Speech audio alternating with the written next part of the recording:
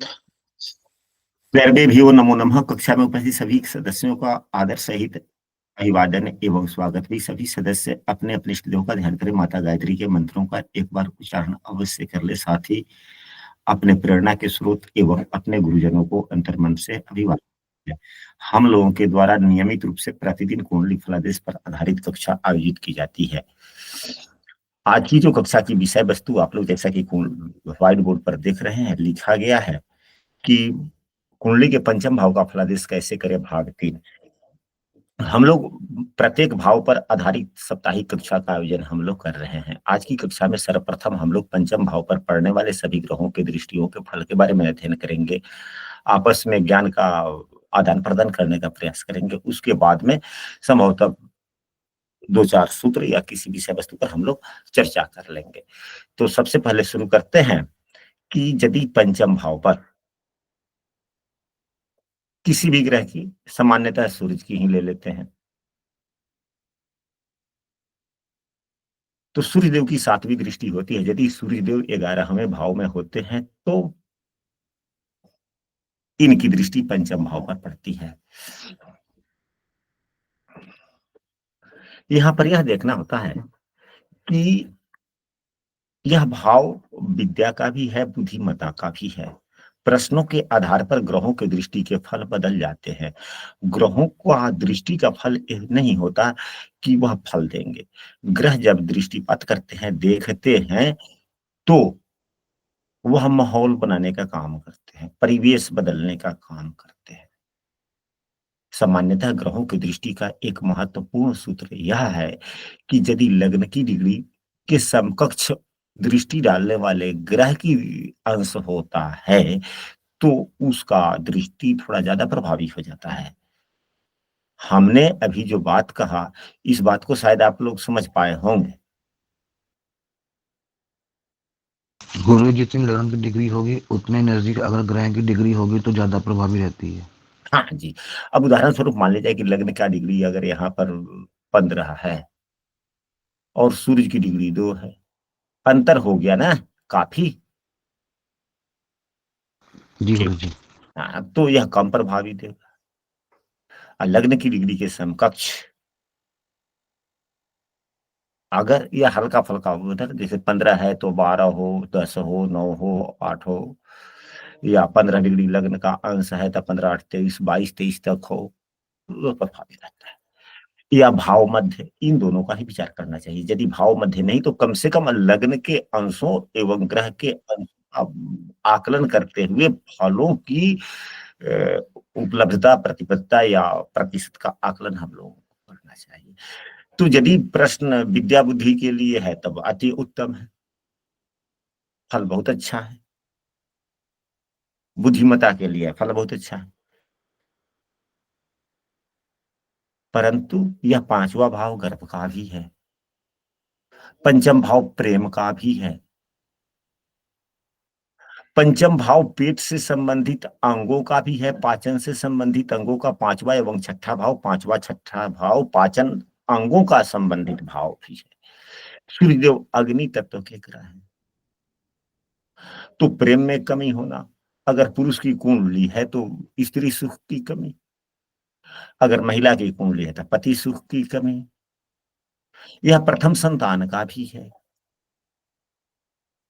तो प्रथम संतान हानि का भय। संतान हानि का मतलब यह हुआ कि गर्भपात या गर्भहानि की संभावनाएं, यदि ऐसी स्थिति है तो। वहीं सूर्यदेव की अगर अपनी राशि है तो थोड़े कम हानि होता है, क्योंकि अपने घर को अगर यहीं पे 5 नंबर की राशि हो जाए और सूर्यदेव देखेंगे तो इस घर के संपूर्ण उचित फलों की रक्षा करना या जवाबदेही सूर्य के पास में हो जाता है कि नहीं हो जाता है? हो जाता है होता है गुरु गुरु जी। जी। हाँ, तो इसका भी ख्याल रखना चाहिए कि यदि सूर्य की अपनी राशि हो, अपने मित्र की राशि हो, तो फलों में परिवर्तन होता है, यानी कि कुछ दुखद फल कम मिलते हैं। हाँ, लेकिन बात जब बीमारी की हो तो उसमें फल में अंतर नहीं पड़ता। मान लीजिए कि 1 नंबर की राशि यहीं पे है, मेष राशि हो गया। मेष राशि किस तत्व का होता है? अग्नि तत्व गिरी का। हाँ, अग्नि तत्व का है, या सूर्यदेव भी अग्नि तत्व के हैं। पेट से संबंधित बीमारी होना संभव है, वात संबंधी जैसे कि गैस से संबंधित होना संभव है, क्योंकि अग्नि का काम ही है जलाना। तो ऐसी स्थितियां होने की संभावनाएं बनती है, परंतु धन्य धान से संबंधित, पद प्रतिष्ठा से संबंधित, या प्रतिष्ठा बढ़ाने वाला कोई अगर काम करते हैं, उसमें मित्रों का स्नेह प्रेम मिलना, सहयोग मिलना लगभग संभव सा दिखता है। सूर्यदेव सात्विक ग्रह, जब आस्तिकता का प्रश्न हो कि आस्तिक नास्तिक, तो व्यक्ति मंत्र शास्त्र या इत्यादि का आस्तिक होने का संभव, मंत्र शास्त्र के ज्ञाता भी हम कह सकते हैं। अगर नौकरी वाली बात होती है तो नौकरी के लिए अगर योग है तो सूर्य पर पंचम भाव की दृष्टि, पंचम भाव पर दृष्टि पड़ना सरकारी नौकरी के योग में एक योग यहाँ भी है। पंचम भाव को यदि यही सूर्यदेव अपने राशि को, अपने उच्च राशि को अगर दृष्टि देते हैं तो पद प्रतिष्ठा धन्य धान व्यक्ति को निष्ठावान भी बनाते हैं। यही पंचम भाव पर सूर्यदेव अगर दृष्टिपात कर रहे हैं, परंतु सूर्यदेव को कोई पाप ग्रह देख ले, ऐसे शनि देव देख ले, तो सभी में उल्टा हो जाता है।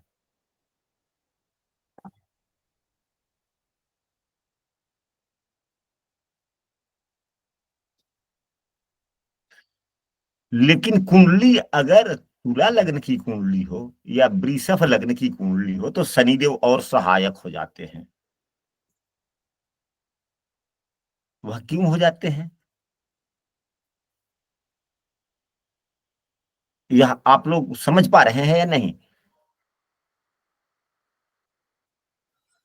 नहीं शायद गुरुजी। हम क्या नहीं नहीं। तो अब यहाँ पर देखिए, यदि तुला लग्न की कुंडली हो जाती है तो यहाँ 2 होगा, तो यहाँ 3 होगा, 4 होगा, 5 होगा, 6 होगा, 7, 8, 9, यहाँ पर 10, यहाँ पर 11। तो तुला लग्न की कुंडली हो जाने से शनिदेव नवम भाव एवं दसम भाव, भाग्य भाव एवं कर्म भाव के स्वामी हो गए, केंद्र भाव और त्रिकोण भाव के स्वामी होकर देख रहे हैं सूर्य को। तो ये कारक ग्रह हो गए। योग कारक ग्रह होने के कारण फलों में अंतर हो गया। अगर यही तुला लग्न की कुंडली हो जाएगी तो 7 यहाँ, 8 यहाँ, 9 यहाँ, 10 यहाँ, 11 यहाँ, यहाँ भी केंद्र भाव और त्रिकोण भाव के स्वामी होने के कारण यह क्या हो गए, योग कारक हो गए। हाँ। तो इतना ध्यान रखें कि जो ग्रह योग कारक हो जाता है उसका एक ही नियम हो जाता है कि बहुजन हिताय बहुजन बहुजन सुखाय। सुखाय। क्या? बहुजन हिताय बहुजन सुखाय। हाँ, क्योंकि ये धर्म भाव के स्वामी हो गए या बुद्धि भाव के स्वामी हो गए, तो जो बुद्धिमान होगा, धर्मवान होगा, वह तो बहुजन हिताय बहुजन सुखाय के नियम पर चलेगा कि नहीं चलेगा। जी गुरु। और योग कारक भी हो गए, तो हो गए सूर्यदेव के दृष्टियों के फल। अब इसके बाद में हम लोग चलते हैं थोड़ा चंद्रमा की दृष्टि पर।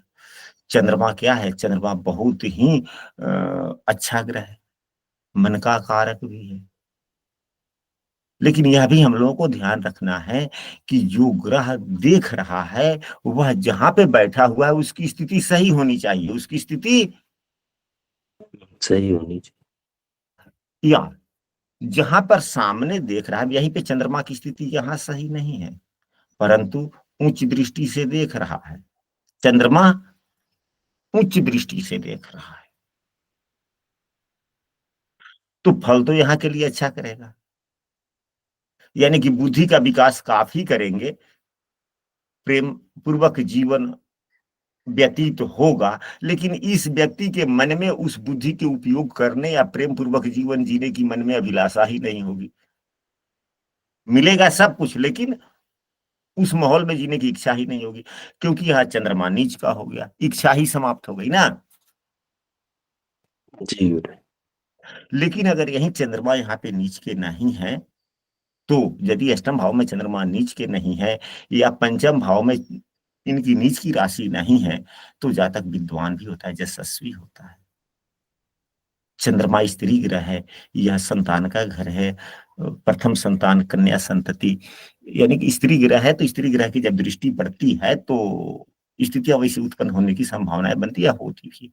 हालांकि इसमें दो नियम लागू होते हैं। तीन, जब गर्भ की स्थिति बनती है तो कहीं बलवान पुरुष ग्रह की दृष्टि पड़ जाए, अब यहीं पे देवगुरु बृहस्पति हो जाए गोचर में और बलवान स्थिति में हो, तो यहां पर उनकी दृष्टि पड़ेगी। गुरुदेव पुरुष ग्रह है और चंद्रमा की जो स्थिति अगर यहाँ पर कमजोर है तो फिर पुरुष संतान होगा या महिला संतान, मतलब स्त्री या पुरुष, बच्चा या बच्ची, कन्या या पुरुष पुत्र। पुरुष इसलिए हम लोगों को सूत्रों को तो समझना चाहिए, लेकिन वह सूत्र उपयोगी होते हैं कब? वह ग्रहों के गोचर पर भी होता है, फल मिलती है, और कुंडली दोनों मिलाकर होता है। लड़का इसलिए जब बाबा भी हम लोग फलादेश करें तो समय की स्थितियों को समझते हुए, आकलन करते हुए कुछ ही बोले। जातक स्वयं भी बुद्धिमान, कला प्रेमी एवं व्यवहार कुशल होता है, क्योंकि यह चंद्रमा स्त्री ग्रह है। और बुद्धिमता तो कोई व्यवहार की कुशलता सीखे तो माताओं बहनों से सीखे। निष्ठावान भी। अब इसके बाद में हम लोग चलते हैं कि पंचम भाव पर मंगल की दृष्टि का क्या फल होता है।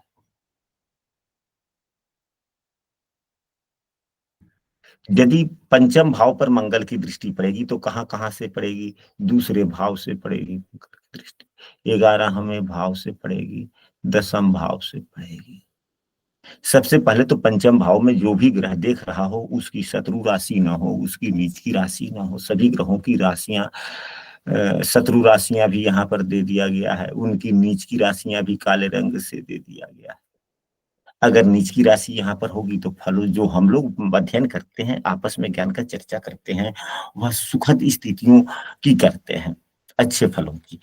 तो यदि ग्रहों की स्थितियां खराब होती है, नीच की होती है, तो फलों में विपरीत फल मिलने की संभावना है या फलों में कमी होने की संभावना है।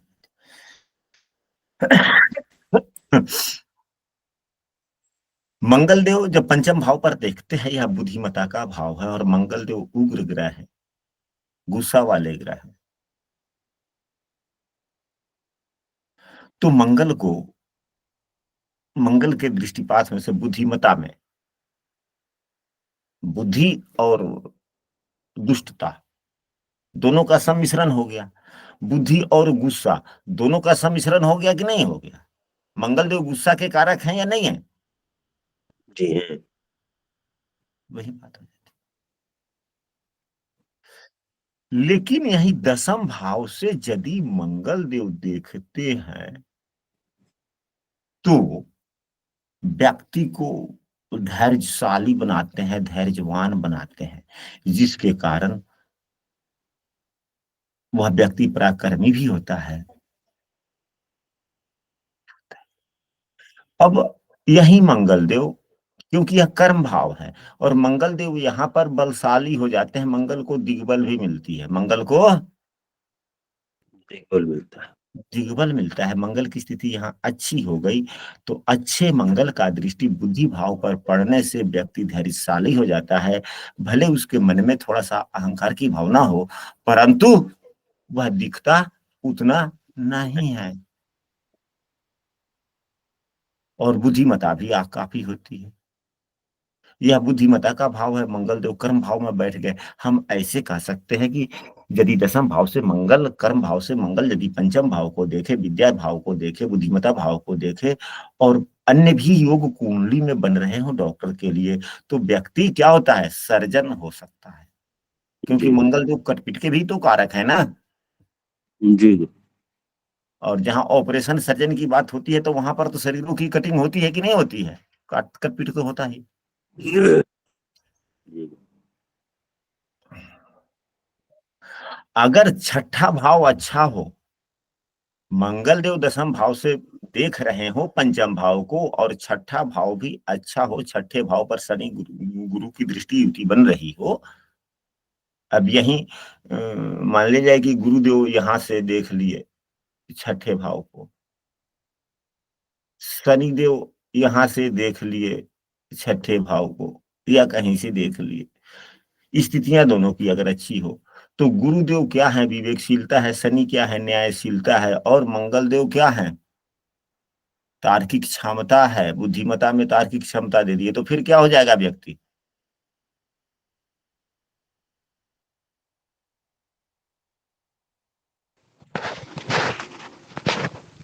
तर्क करने वाला नेता टाइप।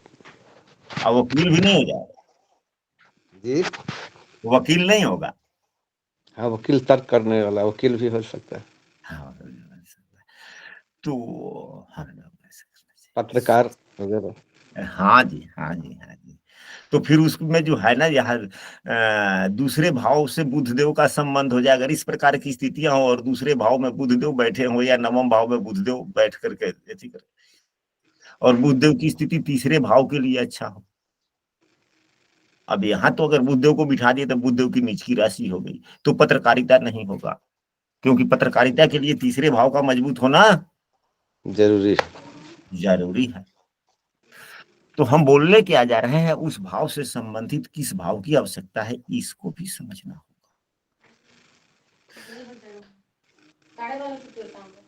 अब इसके बाद में हाँ, बुधदेव की ही चर्चा करें। यदि बुधदेव की दृष्टि पंचम भाव पर पड़े तो क्या फल मिले? तो बुधदेव को बुद्धिमता का भी कारक माना गया है। और बचपना में सभी व्यक्ति क्या करते हैं? थोड़ा सा छल कपट रखते हैं ना, छलिया होता है स्वभाव। कृष्ण भगवान को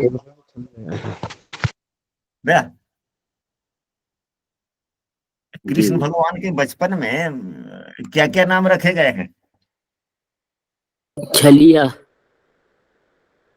माखन। अच्छा। तो बुध देव को जो है ना, ये बचपना इनका स्वभाव है। तो कृष्ण भगवान के जैसे बुद्धि होने की संभावना है। कभी कुछ कभी कुछ, यानी कि बुद्धिमता भाव पर बुध की दृष्टि पड़ना, यह अनेक प्रकार के, कब वह किस प्रकार सोचेगा, क्या करेगा, कब कब कब झगड़ा का मन हो जाएगा, कब प्रेम का मन होगा, कब क्या करेगा, कुछ कब विश्वास करेगा, कब ना विश्वास करेगा, कुछ कहा जा सकता है क्या?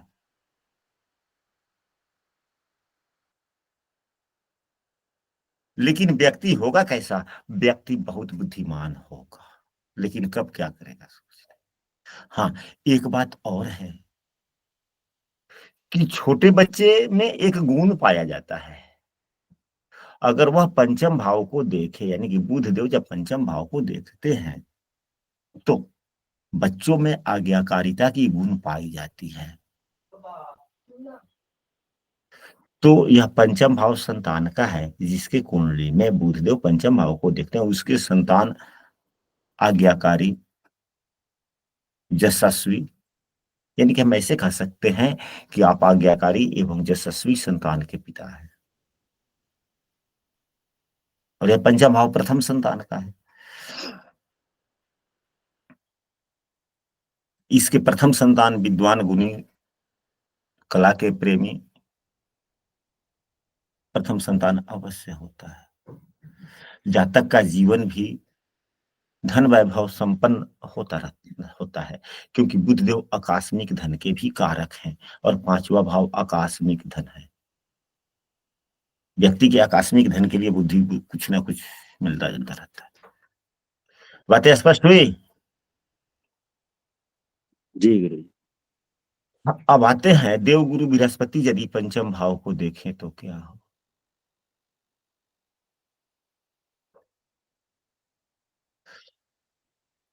तो यदि नवम भाव में बैठकर गुरु पंचम भाव को देखते हैं, अलग अलग भावों के अलग अलग फल हो जाते हैं। नवम भाव धर्म का है, नवम भाव आस्था का है, नवम भाव सत्य का है, नरम भाव तपस्विता का होता है, नवम भाव अंतर्ज्ञान तक का होता है, नवम भाव भाग्य, यानी कि हमारे भाग्य में क्या है? तो भाग्य में जो आना है वाला होता है, भाग्य तो भविष्य की बात है ना, वर्तमान भूत तो बीत गया, वर्तमान चल रहा है। तो भाग्य हम लोग किसको कहेंगे? भविष्य भविष्य, को। भविष्य को ही कहेंगे। तो यह भविष्य भाव भी है। तो नवम भाव के बैठे हुए गुरु की दृष्टि जब पंचम भाव पर पड़ती है तो पंचम भाव बुद्धिमता का होता है, व्यक्ति सत्य, और यह नवम भाव सत्य का है और यह बुद्धिमता का है। तब बुद्धि में सत्यवादिता, जैसा बुद्धि वैसी वाणी, सत्यवादिता कह सकते हैं कि नहीं। निपुण व्यक्ति होगा, नीति निपुण होगा, धार्मिक होगा, तपस्वी होगा। तो तपस्वी स्वभाव का यानी कि साधु स्वभाव का हुआ तो कह सकते हैं कि जिसके पास में ऐसे गुण होते हैं वह व्यक्ति आदरणीय होता है। और देव गुरु बृहस्पति आस्था के प्रतीक है और सात्विकता के प्रतीक है, और सत्य भाव में बैठकर बुद्धि भाव को देखना, इसका मतलब हम कह सकते हैं कि ऐसा व्यक्ति भविष्यवक्ता एज अगर कुंडली में ज्योतिष के योग पूछे जाए तो उसमें एक योग यह हो गया कि नहीं, यदि देव गुरु बृहस्पति नवम भाव में बैठे हुए हों, ऐसे व्यक्ति ज्योतिष लाभ प्राप्त कर सकता है, ज्योतिष का ज्ञान उसे हो सकता है यदि अध्ययन करे तो।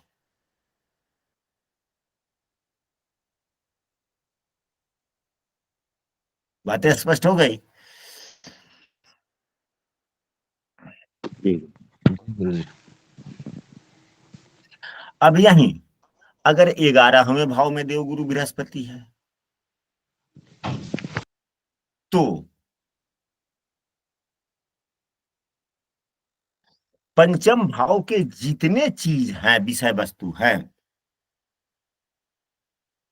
नवम भाव में बैठकर देखते हैं, नवम दृष्टि से तो हर प्रकार के सुखों में वृद्धि करते हैं, परंतु एकादश भाव भले गुरुदेव की सप्तम दृष्टि जिस भाव पर पड़ती है, आप लोगों के कुंडली में गुरुदेव गुरु बृहस्पति कहीं ना कहीं किसी न किसी भाव में तो होंगे। ऐसी बात थोड़े है कि सभी व्यक्ति के कुंडली में देव गुरु बृहस्पति है और आप लोगों के कुंडली में देव गुरु बृहस्पति है ही नहीं, ऐसा तो नहीं हो सकता ना।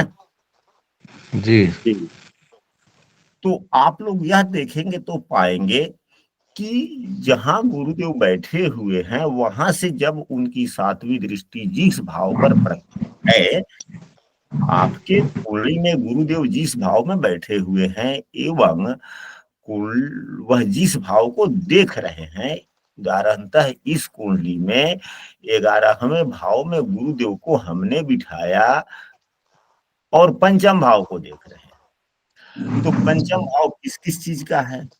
संतान का है, शिक्षा का है और धन का भी है, आकस्मिक धन का है।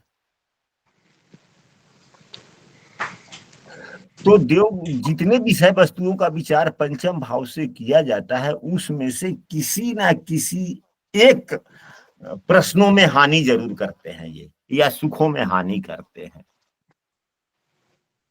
अब यह देव गुरु बृहस्पति अगर यही पंचम भाव में है, इनकी सातवीं दृष्टि 11वें भाव पर पड़ रही है, तो 11वें भाव से मित्रता, बड़ा भाई, आय, यह 3-4 चीज प्रमुख हो जाते हैं। होते हैं कि नहीं होते हैं?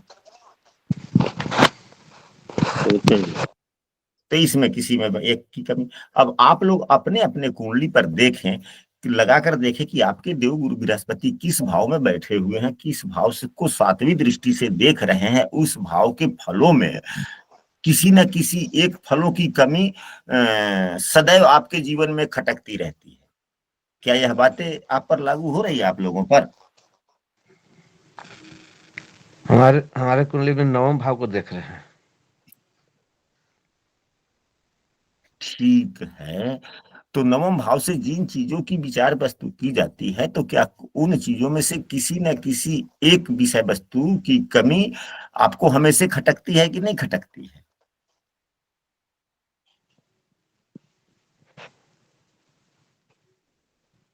और दूसरा कोई व्यक्ति अपना थोड़ा सा मत अपने दिमाग से लगाए।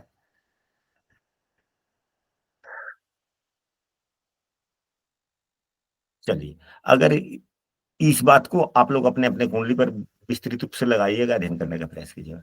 अब यही देव गुरु बृहस्पति अगर लग्न में बैठ करके पंचम भाव को देखते हैं तो हर प्रकार से ठीक ठाक, जातक को विद्वान बनाते हैं, दीर्घायु बनाते हैं, सभी की सहायता भी करता है, मिलनसार व्यक्ति होता है। लेकिन देवगुरु बृहस्पति इस उदाहरण कुंडली में नीच के हो गए। देवगुरु बृहस्पति जिस राशि में बैठे हुए हैं उस राशि का भी ख्याल करना चाहिए कि ग्रह नीच का ना बैठा हुआ। या वह जहां देख रहा है उसकी नीच की राशि ना हो।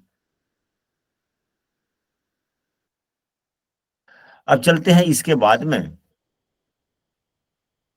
शुक्रदेव की दृष्टि की बात करते हैं। शुक्रदेव का 11वें भाव में होना बहुत अच्छा माना जाता है। वैसे कोई भी ग्रह 11वें भाव में बैठकर अच्छे फल ही प्रदान करते हैं, ऐसा जातक शास्त्रों में बतलाया गया है एवं हमारे गुरुजन भी कहते हैं और अनुभव में भी प्रायः देखने को आया है। अब शुक्रदेव का यह बहुत ही मनपसंद भाव होता है, क्योंकि व्यक्ति भौतिक सुखों के लिए सब कुछ करता है। शुक्रदेव भौतिक सुखों के प्रदाता हैं और यह आय भाव भी है, तो पैसा होगा तो भौतिक सुख मिलेगी। इसलिए भौतिक सुखों के प्रति आय प्राप्त करने की इच्छा जाहिर करते हैं। और जब शुक्रदेव की दृष्टि पंचम भाव पर पड़ती है तो धन कमाने के लिए बुद्धि भी देते हैं।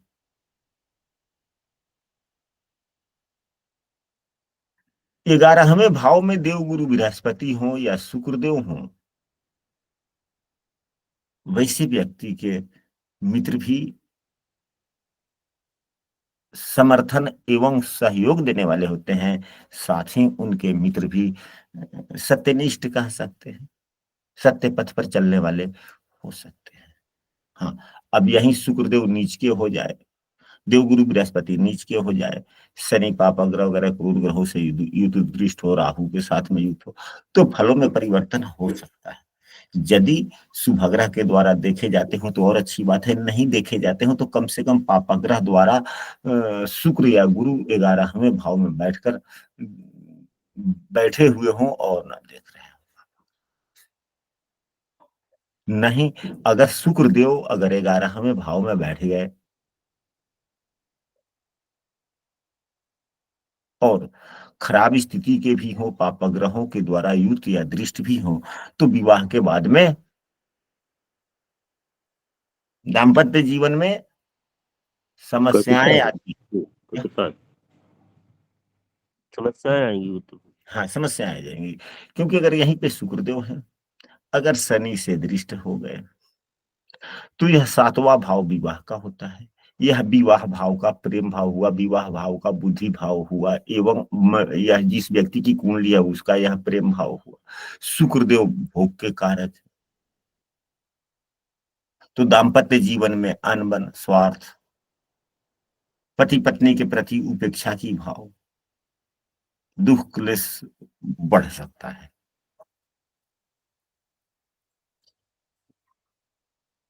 अब इसके बाद में पंचम भाव पर शनि की दृष्टि के फलों के बारे में हम लोग चर्चा करते हैं कि पंचम भाव पर किस ग्रह की कैसी दृष्टि हो सकती है। पंचम भाव पर तीसरे भाव से शनिदेव तीसरी दृष्टि देखेंगे। 11वें भाव से पंचम दृष्टि एवं 8वें भाव से दसम दृष्टि। तो भाव में स्थिति के कारण अब यहाँ पर मैं ये कहूं कि यदि अष्टम भाव से शनिदेव पंचम भाव को देखते हो तो जातक दीर्घायु होता है। यह बात उत्तम है या खराब है? ये उत्तम बात है वो तो। हाँ, बात तो ठीक है, लेकिन कहने का ढंग पता लगेगा। पंचम भाव पर देखने से दीर्घायु व्यक्ति नहीं हुआ, शनिदेव अष्टम भाव में है इसलिए दीर्घायु हुआ है। अष्टम भाव में शनिदेव हो या शनिदेव अष्टम भाव को देखें तो व्यक्ति दीर्घायु होता है। तो पंचम भाव में अगर दसम अष्टम भाव से देखते हैं तो शनि की उपस्थिति अष्टम भाव में है, इसलिए दीर्घायु। सूत्र एक ही सूत्र दो कायदों से कह दिए गए कि नहीं कह दिए गए? जय गुरु जी। हम लोगों को बुद्धि भाव से, संतान भाव से संबंध चर्चा करनी चाहिए। तो अष्टम भाव वैसे भी कुंडली का सबसे बुरा भाव होता है। यदि कोई ग्रह अष्टम भाव से किसी भाव को देखता है तो उस भाव के फलों में कमी करता है। आयु भले वृद्धि हो तो यह अष्टम भाव में बैठने के कारण आयु में वृद्धि हो रही है, लेकिन अष्टम भाव में बैठे हुए शनि की जब दृष्टि पंचम भाव पर पड़ती है तो संतान सुख बाधा का योग बनता है। संतान सुख होने में समस्याएं आती है, क्योंकि अष्टम, एक तो शनिदेव पाप, नैसर्गिक पाप ग्रह, दूसरे बाद में शनिदेव अष्टम भाव में बैठे हुए ग्रह है। अगर शुभ भाव में बैठ करके कोई ग्रह अगर किसी भाव को देखता है तो उस भाव के फलों में शुभ वृद्धि होती है।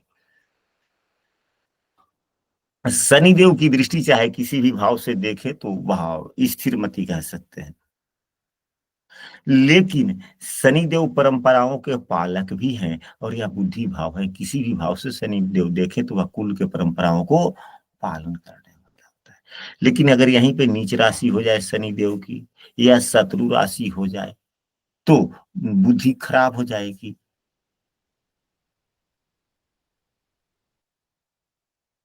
यानी नीच बुद्धि कह सकते हैं, नीच जनप्रिय कह सकते हैं। जैसा बुद्धि वैसा काम, तो नीच बुद्धि हो जाएगी तो नीच कर्मरत कह सकते हैं। अगर यही शनिदेव की यहाँ पर अच्छी राशि है, अगर शनिदेव की अगर यहीं पे 7 नंबर की राशि हो जाए, 8 9 10, और यहाँ पर शनिदेव की 10 नंबर की राशि हो गई, पंचम भाव को देख रहे हैं, तो 8वां भाव क्या है, आकस्मिक सोच का भी भाव है। तो यहाँ के लिए भी शनिदेव अच्छा सोच दे दिए कि नहीं दे दिए? दे दिए गुरु। और यहाँ पर इनकी उच्च की राशि हो गई, तो यहाँ के लिए भी बुद्धिमत्ता अच्छा कर दिए कि नहीं कर दिए? जी जी। फिर फलों में सीधे अंतर हो गया कि नहीं हो गया? तो जातक जो है भाग्यशाली होगा, भूमि वाहन इत्यादि का सम्मान प्राप्त करने वाला होगा, उत्कृष्ट विद्वान होगा, क्योंकि पंचम भाव से केंद्र में स्वराशि का होकर अपने ही भाव को, मतलब अपने उच्च राशि को देख रहा है।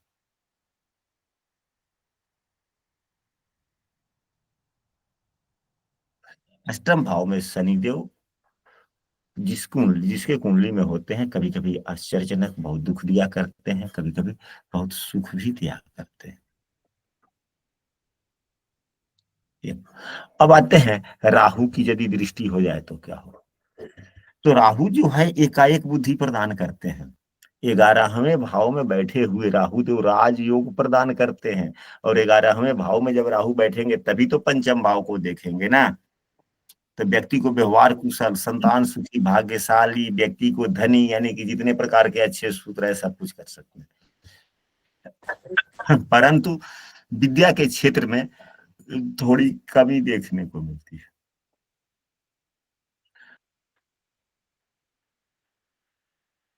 वहीं नवम भाव का राहु भी इंजीनियरिंग वगैरह के लिए ठीक ठाक बुद्धि देते हैं, इंजीनियरिंग व्यक्ति बनता है।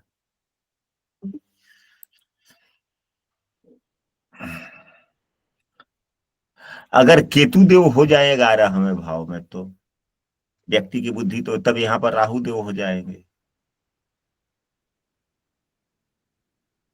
तो हम कह सकते हैं यदि पंचम भाव में राहु देव हो तो, या कहेंगे कि 11वें भाव में केतु देव हो तो व्यक्ति मंद बुद्धि का भी हो सकता है। राहु देव आकस्मिक बुद्धि के कारक है, यह देखना पड़ेगा कि अगर राहु देव यहाँ पर बैठे हुए हैं तो उनके लिए अच्छी स्थिति बन रही है, बुरी स्थिति बन रही है। जिस प्रकार की स्थिति वो इस प्रकार का बुद्धि। पढ़ाई से भी अलग कर सकते हैं, किसी को तेज बुद्धि का भी बना सकते हैं। परंतु केतु देव अगर 11वें भाव में होते हैं तो व्यक्ति को थोड़ा सा मधुर भाषी, तेजस्वी बनाते ही बनाते हैं, हंसमुख बनाते हैं। जी। हाँ, अगर यहीं पे जब यहाँ केतु देव होंगे तो यहाँ राहु देव होंगे, और राहु अगर अच्छी स्थिति में है, शुभ ग्रहों से दृष्ट रहते हैं, तो व्यक्ति को विद्वान भी बनाते हैं।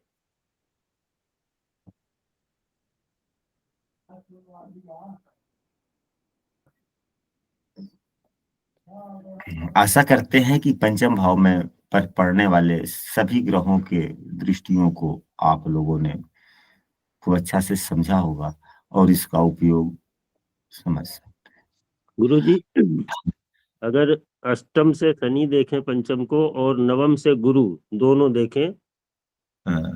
तो गुरु जी कैसा मिश्रित फल होगा? अब यहीं पे अब अगर देखें तो अब रुक जाइए जरा सा, कि इस पर राशियों की परिकल्पना भी कर लीजिए, फिर फलादेश में थोड़ा सा सहूलियत हो जाएगा, अच्छा हो जाएगा।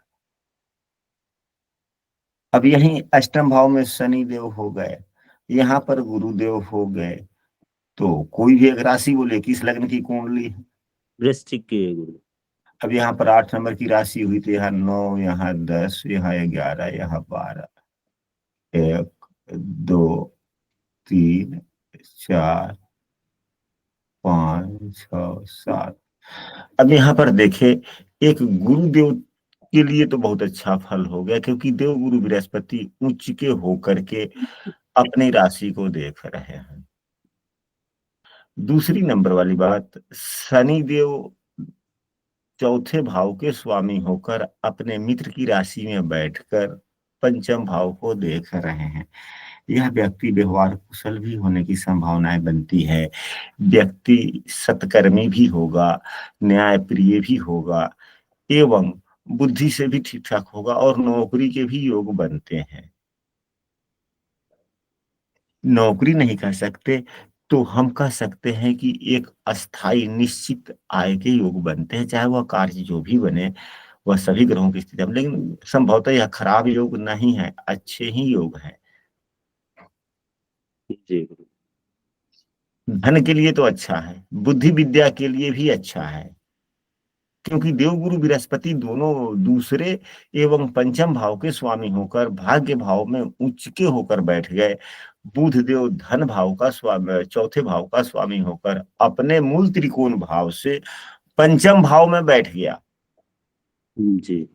यह सभी कुछ सुविधाएं तो है, विद्या बुद्धि काफी होगी, क्योंकि लग्नेश के मित्र देव गुरु बृहस्पति हैं, लेकिन यह शनि की दृष्टि थोड़ी सी सुखद स्थितियों में कभी कभी समस्याएं दे रहा है। कारण यह है कि शनि देव लग्नेश के शत्रु हैं। जो ग्रह जिस ग्रह के फलों पर विचार करे, यह भी देखे कि वह लग्नेश का मित्र है या नैसर्गिक रूप से शत्रु है। हाँ, अगर वह लग्न नैसर्गिक रूप से शत्रु भी है, परंतु वह ग्रह अगर तत्कालिक मित्रता में मित्र है तो थोड़ा ज्यादा ही लाभ देता है। अब यह जो हम लोगों ने इतना चर्चा किया, अब आप ही बताएं कि यह जिस जातक की कुंडली है हम लोगों ने चर्चा किया, वह कितना प्रभावी है। बिल्कुल प्रभावी है गुरु, बिल्कुल प्रभावी है। बच्चे कुंडली है गुरु, प्रभावी है। तो हाँ, तो जितना ही हम लोग सोच पा रहे हैं या जी। परिकल्पना कर पा रहे हैं, क्या जितना बात उस पर लागू होने वाला है, तो लागू हो पा रहा है या नहीं हो पा रहा है? हो रहा है गुरुदेव। चलिए ठीक है। अब इसके बाद में हम लोग चलते हैं, या तो पंचम भाव में पर पड़ने वाले सभी ग्रहों की दृष्टियों के फल के बारे में हम लोगों ने समझा। अब इसके बारे में समय थोड़ा सा बचा हुआ है, तो हम लोग पंचम भाव से धन योग के बारे में भी चर्चा होता है।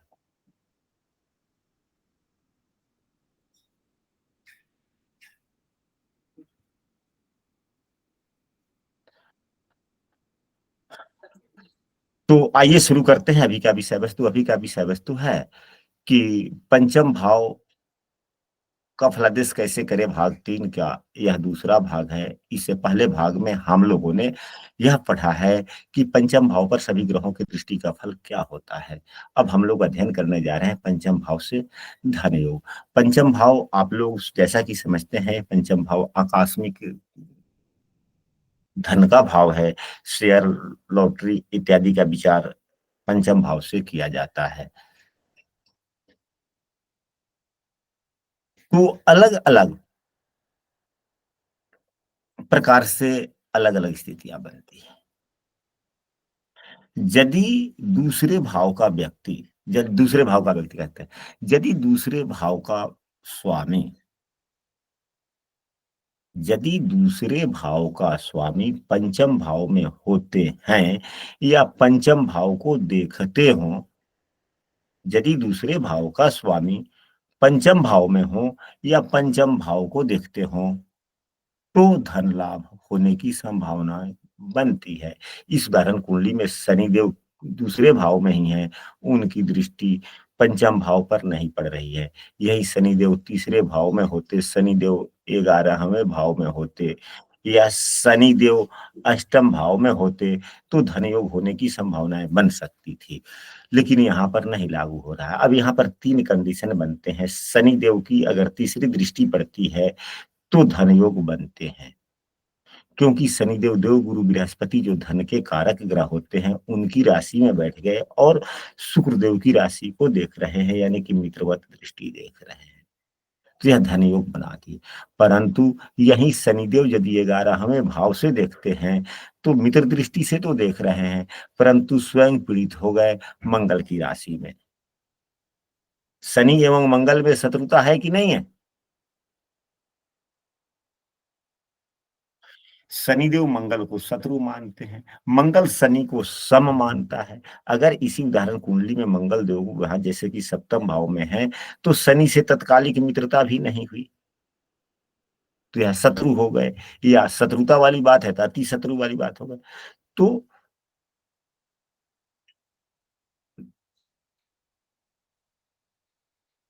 यह जिस राशि में शनिदेव है यह शत्रुता वाली स्थिति बनी कि नहीं बनी? बनी गुरुदेव। अब यही देखा जाए, अगर अष्टम भाव से भी देख रहे हैं तो इस उदाहरण कुंडली में शनिदेव अष्टम भाव में सूर्यदेव की राशि में है। शनि भी सूर्य को शत्रु मानते हैं, सूर्य भी शनि को शत्रु मानते हैं। कुंडली का अष्टम भाव भी हो जाना, शनिदेव खराब हो गए कि नहीं खराब हो गए? इनकी दृष्टि पंचम भाव पर पड़ी, यानी कि धन भाव के स्वामी की दृष्टि पड़ तो रही है पंचम भाव पर, लेकिन अच्छी स्थिति नहीं है।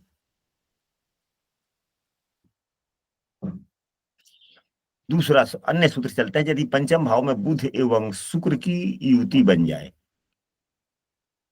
पंचम भाव में बुध एवं शुक्र की युति बन जाए तो यह धन योग प्रदान करते हैं, क्योंकि शुक्रदेव धन के अभिलाषी ग्रह है और बुधदेव क्या है? व्यवसाय एवं धन के, आकस्मिक धन के भी कारक है। और यह धन कब प्राप्त होगा? तो जब जिस ग्रहों के कारण योग बनता है तो वे ग्रह जब उनकी दशाएं चलती है और संबंधित भाव पर गोचर में आते हैं या संबंधित भाव को गोचर से देखते हैं तो लाभ बनने की संभावना है। पंचम भाव में राहु, पंचम भाव में राहु और पंचम भाव के स्वामी की युति बन जाए, अब यहीं पे 2 नंबर की राशि है, शुक्रदेव भी हो जाए और राहु की युति हो जाए और देव गुरु बृहस्पति द्वारा दृष्ट हो जाए तो आकस्मिक धन लाभ के योग होते हैं। अब यह स्थितियां सभी के जीवन में बनती है, यह तो कुंडली में हो गया, वैसे व्यक्ति को समयानुसार अधिकांशतः बार आकस्मिक धन लाभ होगा, परंतु जिसके कुंडली में आकस्मिक धन लाभ के योग ना भी बन रहे हों, साल में कम से कम एक बार पंचम भाव में शुक्रदेव आते हैं कि नहीं आते हैं? आते हैं। तो प्रतिवर्ष एक बार शुक्रदेव पंचम भाव में आएंगे ही आएंगे, या 11वें भाव में शुक्रदेव आएंगे ही आएंगे। अगर शुक्रदेव यहाँ हो और राहुदेव यहाँ हो जाए फिर भी एक दूसरे से संबंध बना या नहीं बना पंचम भाव में अवस्थित होने पर? तो शुक्रदेव साल में 2 बार पंचम भाव को देखते हैं या रहते हैं, एक बार रहते हैं और दूसरा बार देखते हैं। और 12 डेढ़े 18, यानी कि 18 वर्ष में एक बार राहुदेव की स्थिति पंचम भाव में सभी के जीवन में बनती है, 18 वर्ष में एक बार यहाँ भी, यानी कि 9 वर्ष में राहुदेव की स्थितियां पंचम भाव में बैठना या पंचम भाव में दृष्टि देना बनता है कि नहीं बन जाता है? बनेगा। बनेगा। तो आप लोग अपने जीवन में मिलाकर देखें, भले ही आपके जीवन में आकस्मिक धन लाभ अनायास हमेशा नहीं होता, परंतु सभी के जीवन में 8-9 वर्षों पर, वह तो ग्रहों का गोचर है, हम लोग तो अध्ययन में सीधे सरसरी तौर पे आकलन कर लिए, लेकिन ग्रहों के गोचर के कारण कभी कभी कुछ ग्रह किसी राशि में कुछ कम ही दिनों में राशि परिवर्तन कर लेते हैं, किसी राशि में थोड़े कुछ दिन अधिक लगते हैं। तो जब अधिक वर्षों की बात आ जाती है तो गणित की बात करें तो महीने 2 महीना इधर उधर हो सकता है, 6 महीने साल भर भी इधर उधर हो सकते हैं, लेकिन आप लोग देखेंगे तो पाएंगे कि सभी व्यक्ति के जीवन में 8-9 वर्ष पर एक बार इस प्रकार की स्थितियां आकस्मिक एकाएक धन लाभ की प्राप्ति होने के योग बनते हैं और देखा भी जाता है। तो वह क्यों बनता है उसका कारण अब आप लोग समझ गए होंगे। जी। इसके बाद में प्रमुख सूत्र यह भी है कि यदि पंचम भाव में बुधदेव की राशि हो, यदि पंचम भाव में बुधदेव की राशि, पंचम भाव में बुधदेव की राशि हो, 3 या 6 नंबर की राशि हो, बुधदेव कहीं भी बैठ गए हो कुंडली में, किसी भी जगह बैठे हो, लग्न में ही बैठ गए या आय भाव में ही बुधदेव बैठ गए और गुरुदेव के द्वारा दृष्ट हो गए, यानी कि पंचम भाव के स्वामी बुध देव हो और उस पर गुरु की दृष्टि हो जाए, या यह भी प्रमुख सूत्र है धन योग का पंचम भाव से, या पंचम भाव में यदि 3 नंबर की राशि है, बुधदेव यहाँ पर बैठ गए तो यहाँ पर 4, यहाँ पर 5, यहाँ पर 6, यहाँ पर 7, तो नवम भाव के स्वामी कौन हो गए?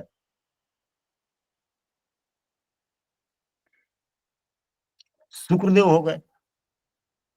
तो शुक्रदेव बुधदेव पंचम भाव में बुधदेव की राशि हो और नवम भाव के स्वामी से युक्त हो या दृष्ट हो, अब यहीं पे 6 नंबर की राशि हो जाएगी, 10, 7, 8, 9, यहाँ पर 10, तो बुधदेव यहाँ पर हो जाएंगे कहीं भी हो, और यहाँ पर 10 नंबर की राशि हो गई तो शनि से दृष्ट हो जाए,